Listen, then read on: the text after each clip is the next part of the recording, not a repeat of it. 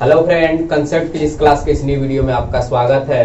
Back वाले video में हम एक लंबे परिनालिका के कारण चुंबकीय क्षेत्र का हम क्या किए थे, मान प्राप्त किए थे। आज हम लोग एम्पियर के परिपथीय नियम का अनुप्रयोग 3 का अध्ययन करेंगे, जिसका नाम है टोरॉइड परिनालिका के कारण चुंबकीय क्षेत्र, यानी magnetic field due to a toroid solenoid. यानी टोरॉइड परिनालिका के चलते मुझे मैग्नेटिक फील्ड के मान को क्या करना है, निकालना है। अभी तक आप एम्पियर के परिपथीय नियम को नहीं देखे हैं तो सबसे पहले उस वीडियो को जाकर देखिए, तभी जाकर आपके अनुप्रयोग समझ में आएंगे। तो सबसे पहले हम चलते हैं टोरॉइड परिनालिका क्या होती है, सबसे पहले ये समझेंगे। परिनालिका का तो हम लोग अध्ययन बैक वाले वीडियो में कर चुके हैं कि तांबा या एल्युमिनियम के लंबे तार को हम क्या बोलते हैं, परिनालिका बोलते हैं।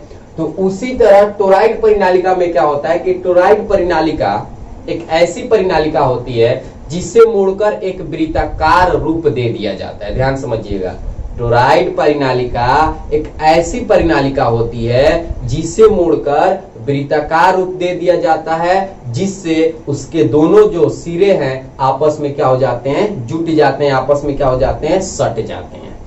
बात समझ में आई?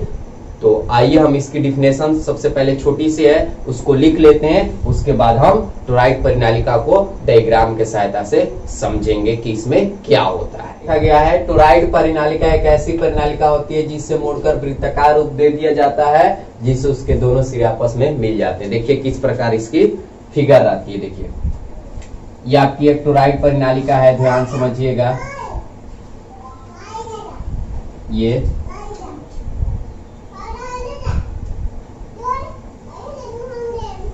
एक ये होती है, बात समझ पा रहे हैं। वृत्ताकार रूप क्या कर दिया जाता है, दे दिया जाता है, जिसके दोनों सिरे आपस में क्या हो जाते हैं, मिल जाते हैं। जो हम बैक वाले वीडियो में पढ़े थे परिनालिका, उसी को मोड़ देते हैं तो वो क्या बन जाता है, टोरॉइड, यानी वृत्ताकार रूप दे देते हैं। तो इस प्रकार ये टोरॉइड परिनालिका होती है। अब देखिए इसमें तांबा या एल्युमिनियम के जो तार हैं वो किस प्रकार लेपटे रहते हैं, ध्यान समझिएगा। ऐसे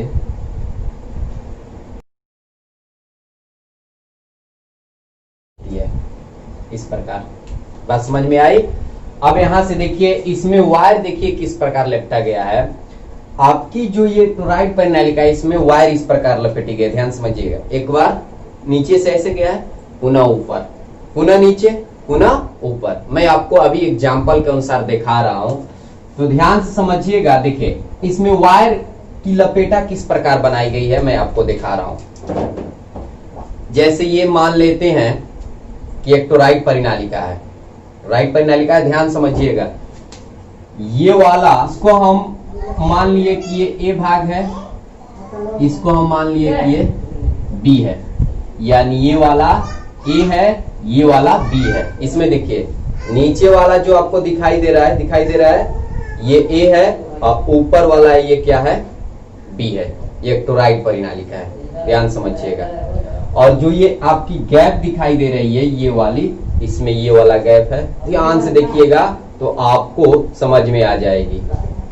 ए बी और ए और बी के बीच जो ये गैप है, बात समझ में आई। अब देखिए इस पर ये तांबा या एल्युमिनियम के तार को किस प्रकार लेपटा जाता है। देखिए जैसे ये तांबा या एल्युमिनियम के तार है, ध्यान समझिएगा। अब इसकी स्टार्टिंग कैसे होगी, यहां से इस प्रकार, ऐसे ऐसे ऐसे ऐसे, ध्यान समझिएगा। कोई दिक्कत? इस प्रकार इसमें क्या किया गया है, तांबा या एल्युमिनियम के तार को लेपटा गया है। इस प्रकार दिखाई दे रहा है आपको, दिखाई दे रहा है। देखिए मैं समझा रहा हूं। नीचे ये से नीचे से करंट जा रही है, गया, पुनः घूम के ऊपर, पुनः नीचे, पुनः ऊपर, देख पा रहे हैं आप, पुनः नीचे, पुनः ऊपर। देखिए ऐसे, पुनः ऊपर से ऐसे, पुनः नीचे से ऐसे, पुनः ऊपर से ऐसे। यानी एक बार ऐसे जा रही है नीचे, एक बार आ रही है ऊपर, एक बार जा रही है नीचे, पुनः एक बार आ रही है ऊपर। बात समझ में आ गया। इस प्रकार ये वायर इस टोरॉइड परिनालिका में लपेटी गई है, यानी इस प्रकार। बात समझ में आई? अब देखिए ध्यान से समझिएगा, इसमें एक बैटरी से जोड़ी जाती है इसको, यह आपका प्लस हो गया, ये आपका माइनस हो गया। यहां आपकी एक कुंजी लगी हुई है, यहां से आई करंट क्या हो रहा है, फ्लो हो रहा है। रिटर्न कितना आएगा, आई ही आएगा। बात समझ पा रहे हैं? आई करंट फ्लो हुआ तो आई ही इसमें क्या हो जाएगी, वापस लौट जाएगी। अब इसमें जो धारा है उसकी दिशा कैसे हम दिखाएंगे, तो धारा की दिशा हम इस प्रकार दिखाएंगे, ऐसे, इस प्रकार।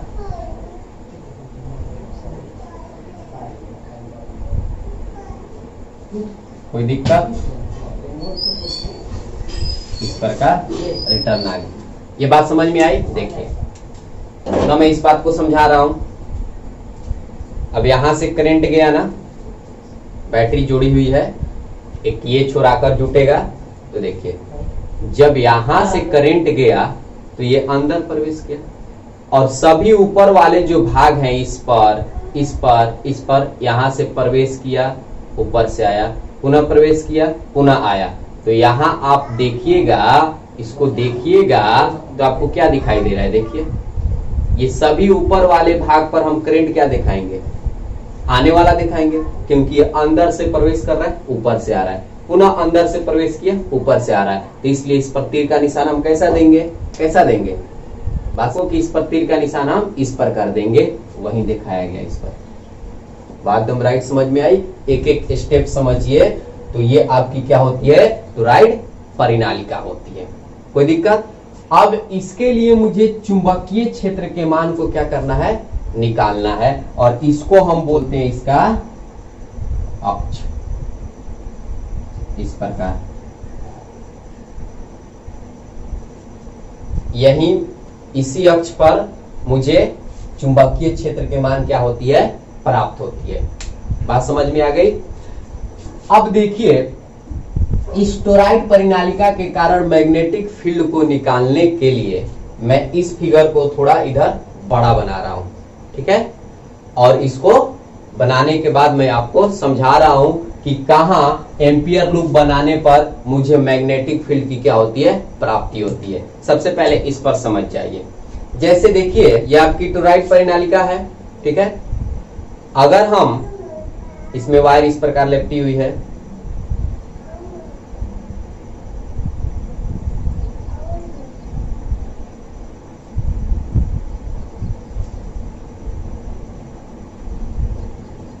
देखिए कोई दिक्कत?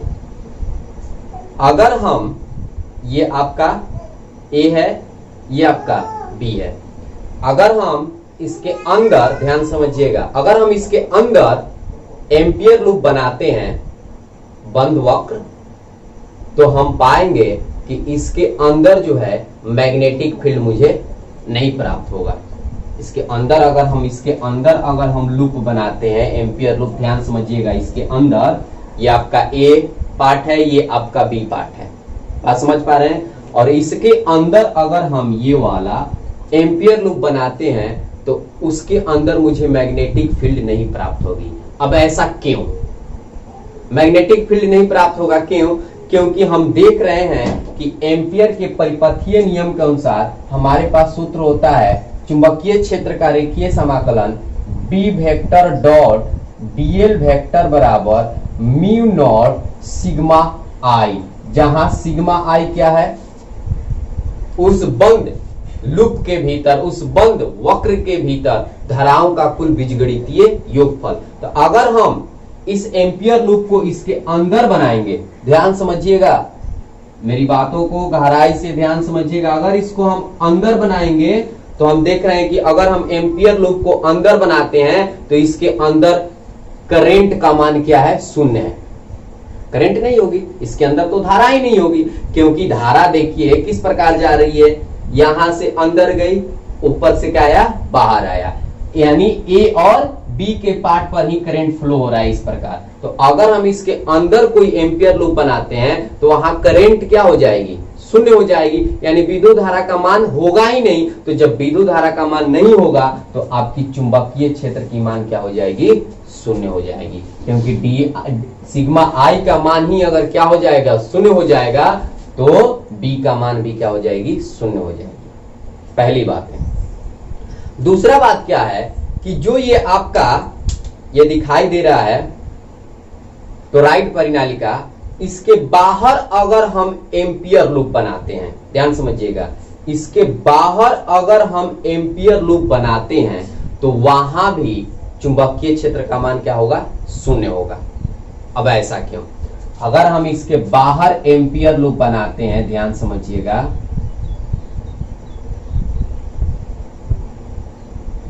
अगर हम इसके बाहर एम्पियर लूप बनाएंगे तो चुंबकीय क्षेत्र का मान क्या होगा, शून्य होगा। देखिए अंदर भी शून्य आया था, क्यों आया था, क्योंकि अंदर तो धारा ही नहीं है। अब बाहर शून्य आने का रीजन क्या है? अब देखिए बाहर शून्य आने का रीजन यह है, इस फिगर पर आप ध्यान समझिएगा। बाहर शून्य आने का रीजन यह है कि बाहर मेरे पास एक एम्पियर लूप बना हुआ है, तो हम देख रहे हैं कि इसमें धारा की जो दिशा है वो दो प्रकार से है। एक धारा की दिशा अंदर जा रही है, देख पा रहे हैं आप, अंदर जा रही है, और एक धारा की दिशा बाहर आ रही है।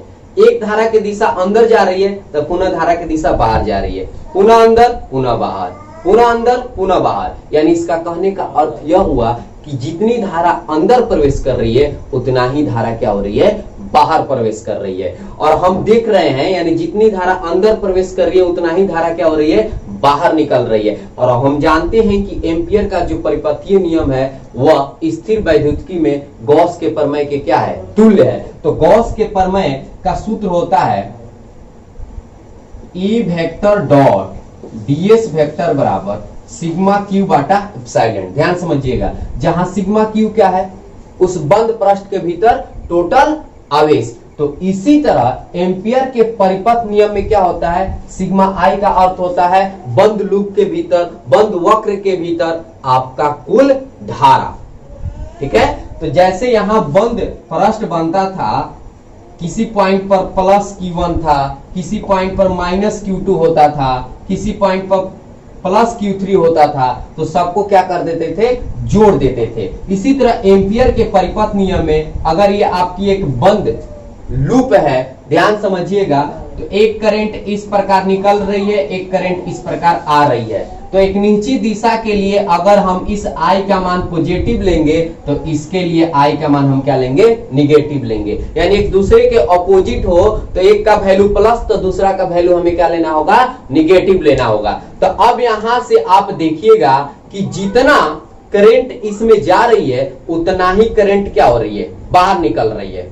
बात समझ पा रहे हैं, जितना जा रही है उतना ही क्या हो रहा है, बाहर निकल रही है। तो अगर हम जाने वाले के लिए जो वैल्यू है अगर हम प्लस निकल लेते हैं और निकलने वाले के लिए वैल्यू अगर हम क्या करते हैं, माइनस लेते हैं, क्योंकि दोनों की डायरेक्शन एक दूसरे के क्या हो गई, अपोजिट हो गई। क्योंकि देखिए एक ऐसे जा रही है, एक आ रही है, एक जा रही है, एक आ रही है, तो दोनों की डायरेक्शन एक दूसरे के क्या हो गया, अपोजिट हो गया, अलग अलग हो गया। तो जब दोनों का डायरेक्शन अलग अलग हो गया तो यहाँ धाराओं का बीजगणितीय योगफल अगर ऐड करते हैं तो प्लस और माइनस बराबर कितना हो जाएगा, शून्य।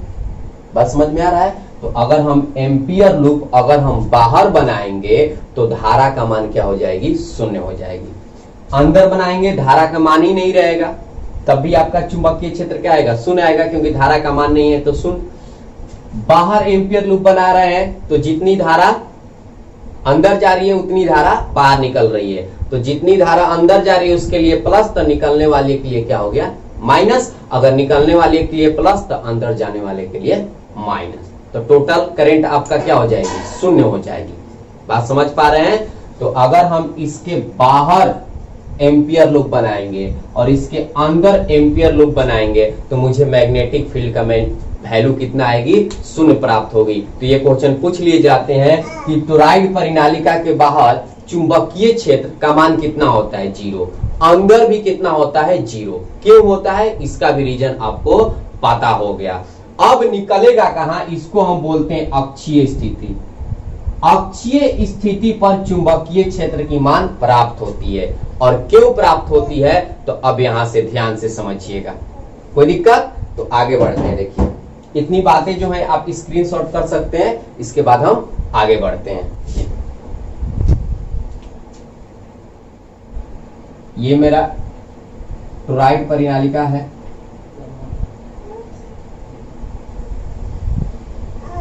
ध्यान समझिएगा, हमें दो बातों की जानकारी हो गई कि अंदर हमें एम्पियर लूप नहीं बनाना है, अंदर बनाएंगे तभी मेरा चुंबकीय क्षेत्र का मान 0 आएगा, बाहर बनाएंगे तभी मेरा चुंबकीय क्षेत्र का मान 0 आएगा। क्यों आएगा? आपको पता है चुंबकीय क्षेत्र की मान कहां प्राप्त होगी?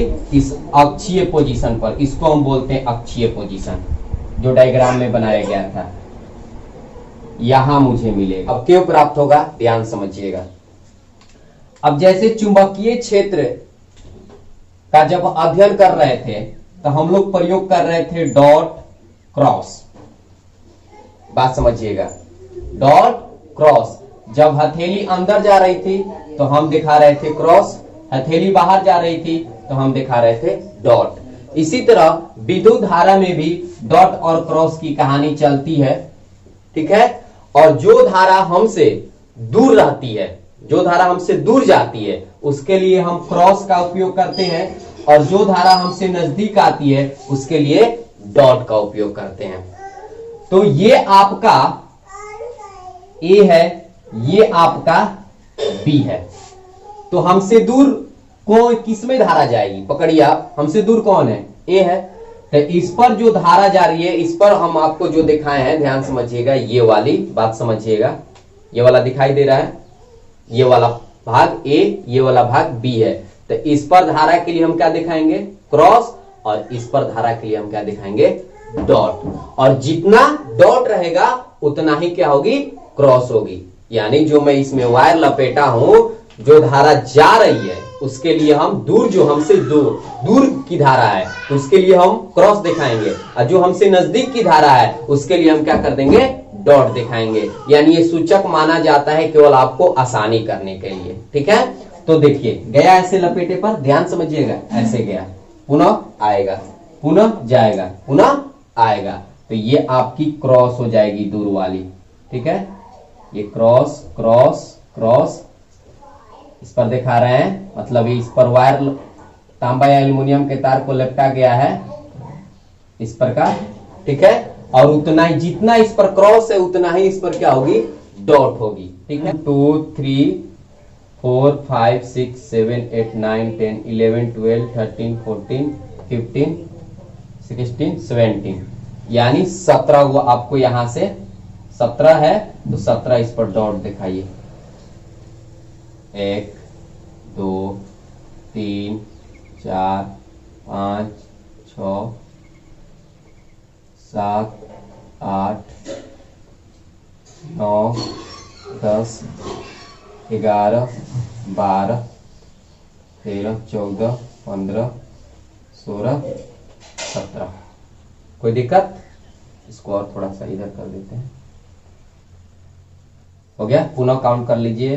1 2 3 4 5 6 7 8 9 10 11 12 13 15 16 17। 17 आपकी क्या है? डॉट है। तो 17 क्या है? क्रॉस। यानी कहने का मतलब यह हुआ कि इस प्रकार लिपटा गया है, ऐसे पुनः ऐसे, गया आया, गया आया, गया आया, गया आया। यानी जो ये लपेटों की संख्या है उसके लिए ये दिखाया गया है। हमसे दूर जाएगा तो क्रॉस और आएगा, यानी हमसे नजदीक रहेगा जो धारा उसके लिए डॉट। कोई दिक्कत? बात समझ में आ रही है? ये आपका एक सिंबल बना दिया गया है, ये आपकी इस प्रकार।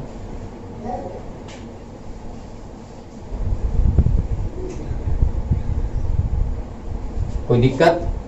अब देखिए, मुझे चुंबकीय क्षेत्र के मान को क्या करना है? प्राप्त करना है। इसको हम बोलते हैं अक्षीय पोजीशन,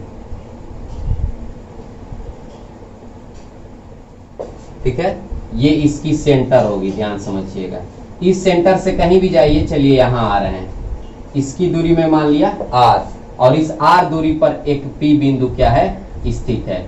और इसी P बिंदु पर हमें चुंबकीय क्षेत्र के मान को प्राप्त करना है एम्पियर के परिपथीय नियम से।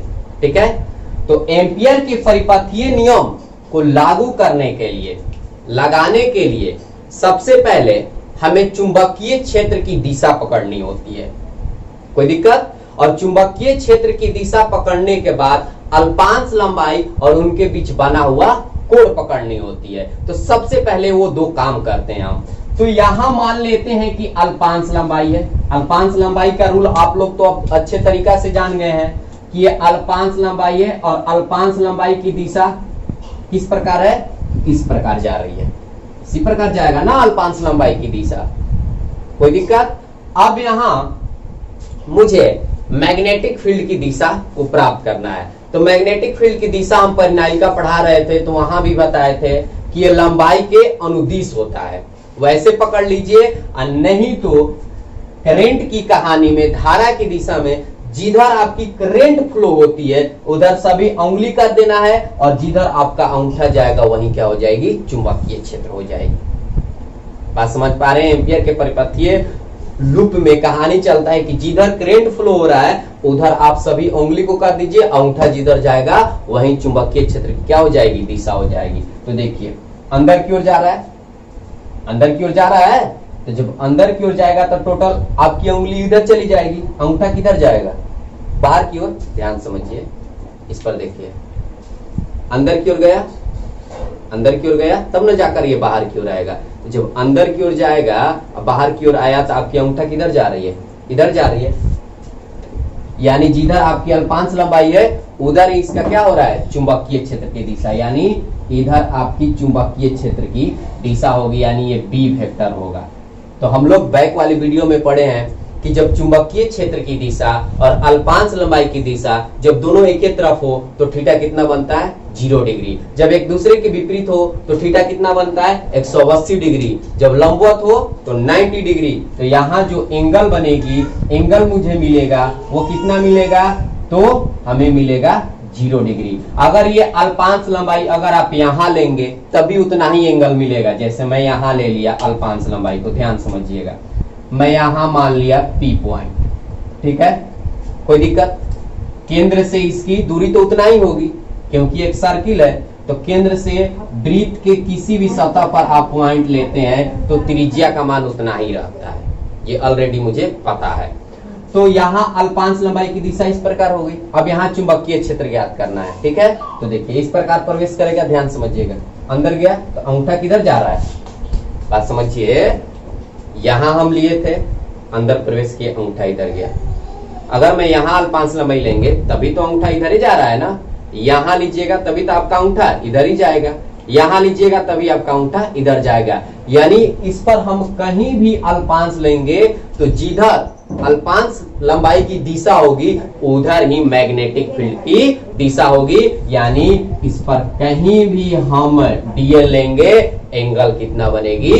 0 डिग्री ही बनेगा।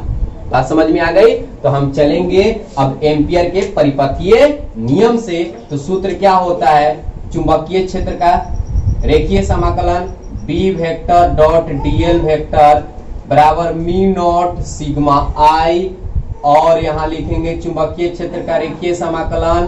अगर हम वेक्टर हटाते हैं तो कौन सा घटक लगता है? cos theta. तो BDL cos थीटा बराबर म्यू नॉट सिग्मा I। अब यहां से लिखेंगे चुंबकीय क्षेत्र का रेखीय समाकलन BDL cos थीटा के जगह पर 0 degree mu naught sigma I। कोई दिक्कत? अब आगे बढ़ते हैं, ध्यान समझिएगा। cos 0 डिग्री का मान कितना होता है? 1 होता है। तो ये बचेगा चुंबकीय क्षेत्र का रेखीय समाकलन BDL mu naught sigma I।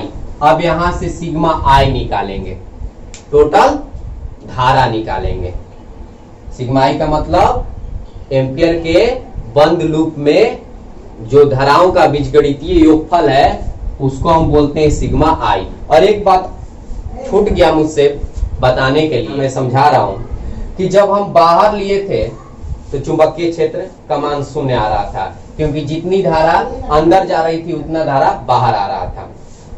जब इसके अंदर लिए तो धारा के मान ही नहीं था, लेकिन हम जब इसके अक्षीय स्थिति पर लेते हैं तो धारा का मान किस प्रकार प्राप्त होता है, क्यों धारा का मान प्राप्त होता है। देखिए, तो जब हम इसके अक्षीय स्थिति इसको बोल रहे हैं, जब हम अक्षीय स्थिति पर ले रहे हैं तो केवल क्रॉस से करंट आ रही है, जो ये क्रॉस दिखाई दे रहा है उससे धारा आ रही है, डॉट से तो नहीं आ रही है। यानी इसके अक्षीय स्थिति पर आपकी धारा एक ही दिशा से आती है, दोनों दिशा से नहीं आती है। तो जब एक ही दिशा से आती है तो आपकी करंट का मान शून्य नहीं होगा। अगर हम बाहर लेते थे तो डायरेक्शन अलग अलग आ रहा था, एक अंदर जा रहा था, एक ऊपर से आ रहा था, पुनः एक अंदर जा रहा था, एक ऊपर से आ रहा था। तो एक के लिए पॉजिटिव, एक के लिए निगेटिव, करंट कितनी हो जा रही थी, शून्य हो जा रही थी। लेकिन जब अक्षीय स्थिति पर गए तो हमें क्रॉस से केवल आएगा धारा, यानी एक ही दिशा से आता है। इस बात को याद रखिएगा कि अक्षीय स्थिति पर लेते हैं तो धारा की दिशा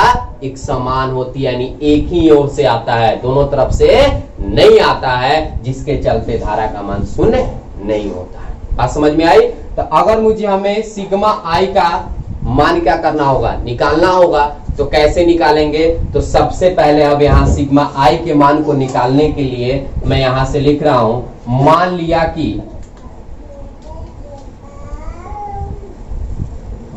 लिया कि प्रति एकांक लंबाई पर लपेटों की संख्या बराबर n। प्रति एकांक लंबाई पर लपेटों की संख्या कितना मान लिए, n मान लिए। ध्यान समझिएगा, बैक वाले वीडियो में भी हम समझाए थे कि ये आपकी एक एम्पियर लूप है। इसके प्रति एकांक जो लंबाई है, जैसे मान लिया कि यहां से यहां तक प्रति एकांक लंबाई है, और इस पर हम लपेटों की संख्या मान लिए n, और मुझे ये पूरे लंबाई पर निकालना है। तो सबसे पहले हम ज्ञात करेंगे कि ये जो आपका एम्पियर लूप बना है, ये वाला जो आपका एम्पियर लूप बना है, ये एम्पियर लूप बना है, दिखाई दे रहा है इसके अंदर वाला, ठीक है।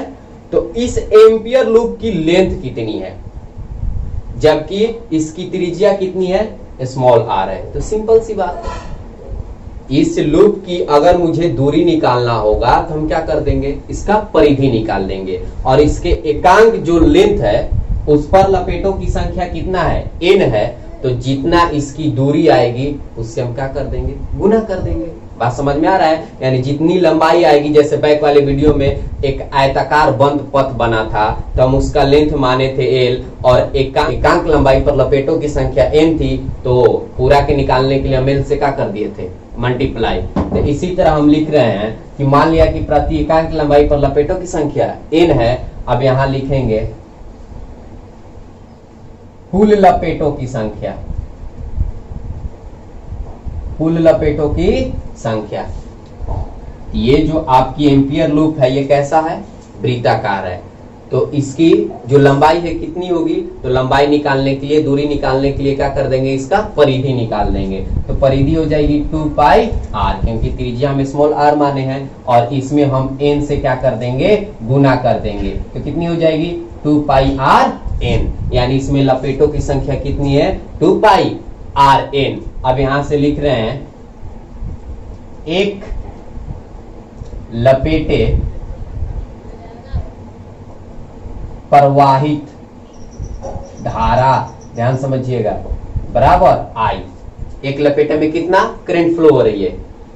मैं आपको बैक वाले वीडियो में समझाया था कि ये एक वायर है, ध्यान समझिएगा, और इसको हम ऐसे लपेट रहे हैं। तो यहां से अगर करंट I जा रही है तो इसमें भी I फ्लो होगा, इसमें भी I फ्लो होगा, इसमें भी I फ्लो होगा, इसमें भी I फ्लो होगा, यानी सब लपेटे में I करंट फ्लो होगी। तो एक लपेटों में प्रवाही धारा I, और लपेटों की संख्या कितना है, 2πrn। तो अब यहां लिखेंगे सिग्मा जो I होगा उसका मान कितना होगा, तो उसका मान होगा 2πrn, और इसमें I से गुना कर देंगे। हमारा वैल्यू निकल गया कि सिग्मा I जो ये एम्पियर लूप बना है अक्षीय स्थिति में, उसमें जो धारा की मान होगी वो कितना होगी, 2πrn I।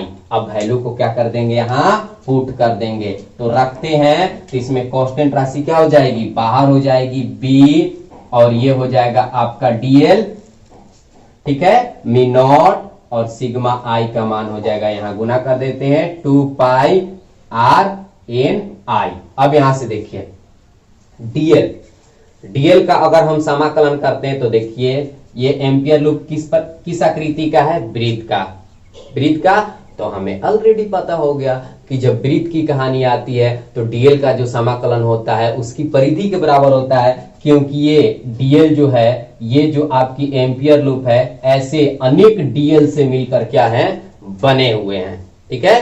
तो डीएल का अर्थ होता है कि पूरा ये जो आपका एम्पियर लूप दिखाई दे रहा है इसका पूरा समाकलन। फिजिक्स में समाकलन का अर्थ क्या होता है समझ जाइए, फिजिक्स में समाकलन का अर्थ होता है जोड़ना, छोटे छोटे पार्टों को क्या कर देना, जोड़ देना। तो यहां से डीएल, पुनः डीएल, पुनः डीएल, पुनः डीएल, पुनः डीएल, सब डीएल को जोड़िएगा तो इसकी परिधि की क्या आएगी, बराबर आएगी। यानी यहाँ डीएल का जो समाकलन होगा वो कितना होगा, 2 पाई आर होगा, और यहाँ आया है mu naught 2 pi R N आई।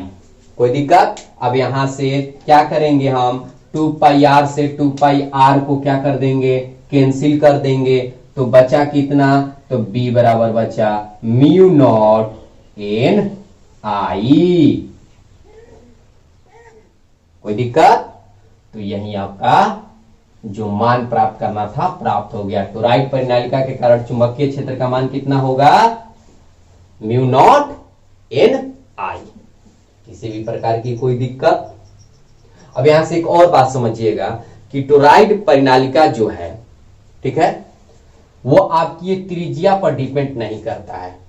जो चुंबकीय क्षेत्र का जो मान है टोरॉइड परिनालिका के लिए, वह त्रिज्या पर डिपेंड नहीं करता है, वो त्रिज्या पर निर्भर नहीं करता है। इसमें आ रहा है, और बैक वाले वीडियो में हम पढ़े थे कि लंबाई पर डिपेंड नहीं करता है।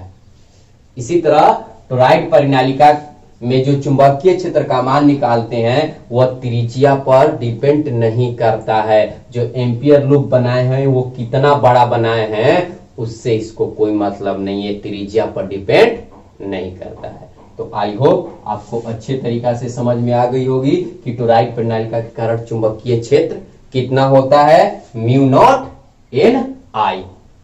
नेक्स्ट वाले जो वीडियो है उसमें हम अनुप्रयोग 4 का अध्ययन करेंगे। एक ठोस बेलनाकार परिनालिका, एक ठोस बेलनाकार धारावाही चालक के कारण हम चुंबकीय क्षेत्र के मान को क्या करेंगे, ज्ञात करेंगे। कोई दिक्कत? अगर वीडियो अच्छी लगी होगी तो लाइक और कमेंट जरूर कीजिएगा, और अधिक से अधिक मात्रा में शेयर। कैसी लगी होगी वीडियो, कैसी लगी है, कमेंट बॉक्स में जरूर कमेंट कीजिएगा। Thank you.